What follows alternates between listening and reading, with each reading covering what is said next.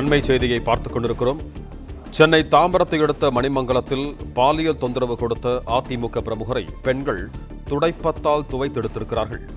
இதுகுறித்து கூடுதல் விவரங்களோடு இணைகிறார் எமது செய்தியாளர் கதிரவன்.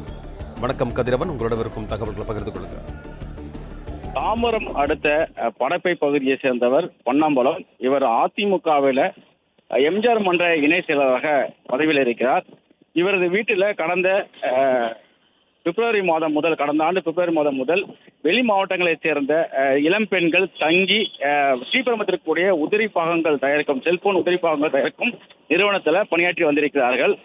கடந்த செப்டம்பர் மாதம் அவர்கள் வீட்டை காலி செய்துவிட்டு வேறு இடங்களுக்கு சென்றதாக கூறப்படுகிறது. இவர்கள் வீட்டில் குடியிருந்த போதே இந்த பொன்னம்பலம் அந்த மாணவிகளிடம் பாலியல் தொல்லை கொடுத்ததாகவும் தொடர்ந்து அவர்களை பாலியல் சீண்டில் ஈடுபட்டதாகவும் கூறப்படுகிறது.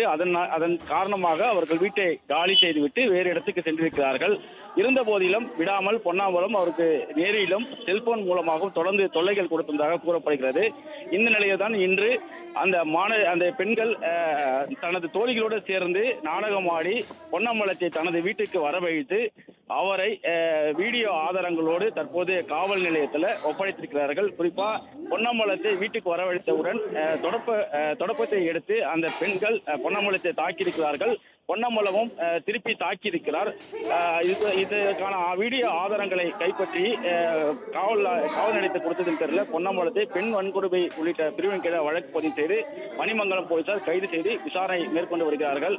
வீடியோ ஆதாரங்களுடன் தங்களுக்கு பாலியல் தொல்லை கொடுத்த அதிமுக பிரமுகர்களை காவல் நிலையத்தில் பெண்கள் ஒப்படைத்திருக்கக்கூடிய சம்பவம் பெரும் பரபரப்பை ஏற்படுத்திக் நிலையில அது தொடர்பான வீடியோ காட்சிகளும் வெளியாகி இருக்கிறது. தொடர்ந்து பொன்னம்பலத்திடம் விசாரணைகள் மேற்கொள்ளப்பட்டு வருகிறது. பாதிக்கப்பட்ட இளம் பெண்களிடமும் புகார்கள் பெறப்பட்டு வருகிறது.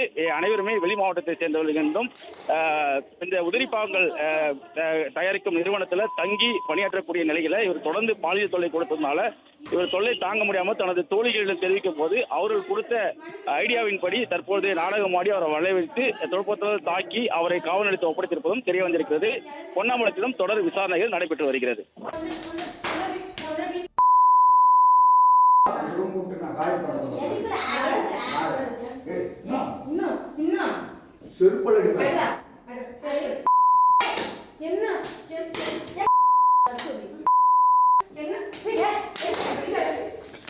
அக்கா